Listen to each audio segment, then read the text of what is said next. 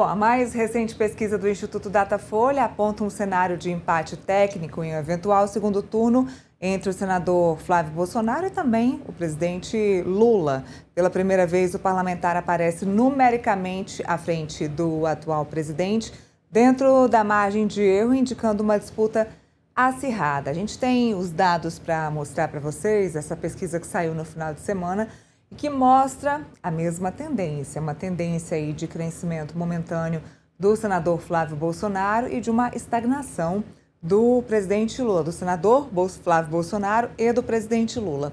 As imagens aqui mostram para vocês que estão nos acompanhando o seguinte: o cenário atual de abril de 2026, levando em conta o segundo turno, é o seguinte: Lula com 45% dos votos e Flávio Bolsonaro com 46% dos votos. Isso os torna empatados naquela margem de erro para mais e para menos. E no cenário anterior, da mesma pesquisa Datafolha, que foi feita em março deste ano, o segundo turno apontava o seguinte resultado: o presidente Lula com 46% dos votos e Flávio Bolsonaro com 43% dos votos. Então, um ligeiro aumento aqui de 3% de Flávio Bolsonaro. Então, o senador Flávio Bolsonaro vem crescendo nas pesquisas de intenção de voto, o que mostra, como eu disse, uma estagnação de Lula, do presidente Lula, o que vai preocupar, o que já está preocupando, na verdade, a campanha do presidente Luiz Inácio Lula da Silva, e a gente vai discutir um pouco mais esse assunto. Já temos convidado para falar sobre isso, produção? Bom, vamos lá, a gente tem mais cenários dessa pesquisa Datafolha que mostra o seguinte: a avaliação do governo Lula. Classificam o governo como ruim ou péssimo, 40% dos que foram entrevistados, e classificam o governo como ótimo ou bom, 29% dos entrevistados. Como regular, classificaram o governo como 29%,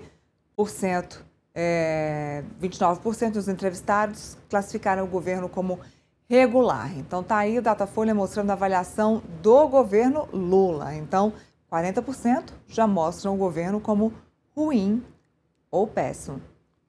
Um outro cenário mostra a reprovação do governo Lula. A gente já havia dito aqui para vocês que vai ser, como das últimas eleições, uma eleição que trabalhará com a rejeição.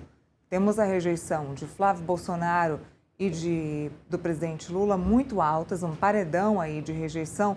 Eu não vou me lembrar qual dos dois, a produção até pode depois pesquisar para mim, mas eu sei que está, acho que Lula com 48% de rejeição e Flávio Bolsonaro com 46% de rejeição. Os demais candidatos lá embaixo, na faixa dos 20%, 17% de rejeição.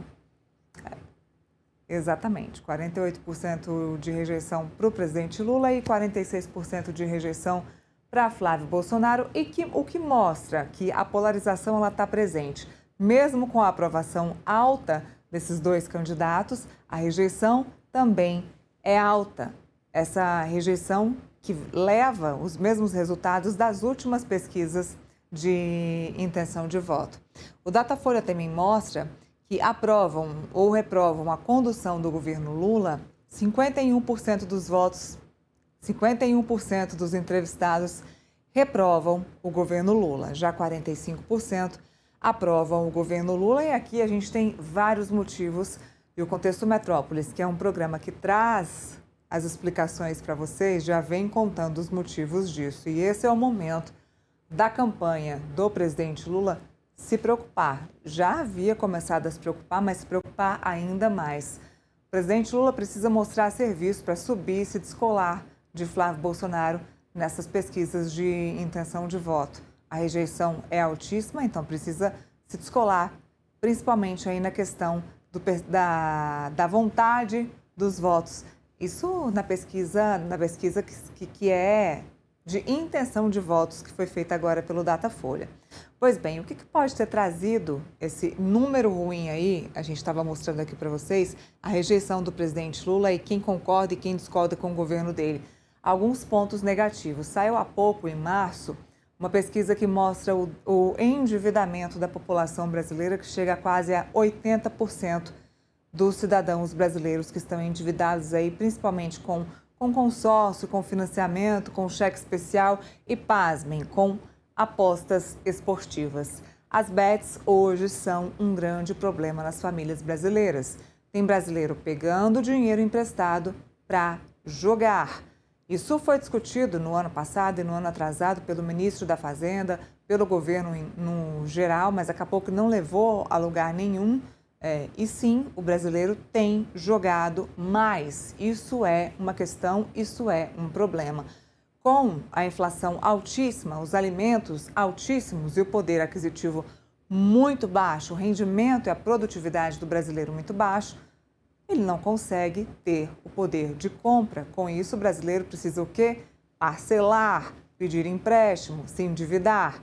É aí que entra o problema. Sai essa pesquisa e a popularidade do presidente Lula vem caindo não só por isso. O presidente entendeu que aquela questão da isenção do imposto de renda para quem paga até R$5.000 poderia ajudá-lo nessa questão da campanha eleitoral, ao menos no início de um descolamento na campanha eleitoral, da pré-campanha eleitoral, isso não aconteceu. A gente está em uma época agora de entrega de declaração de imposto de renda, seria um momento interessante para as pessoas falarem ou pensarem, fazer uma análise sobre isso, mas não colou.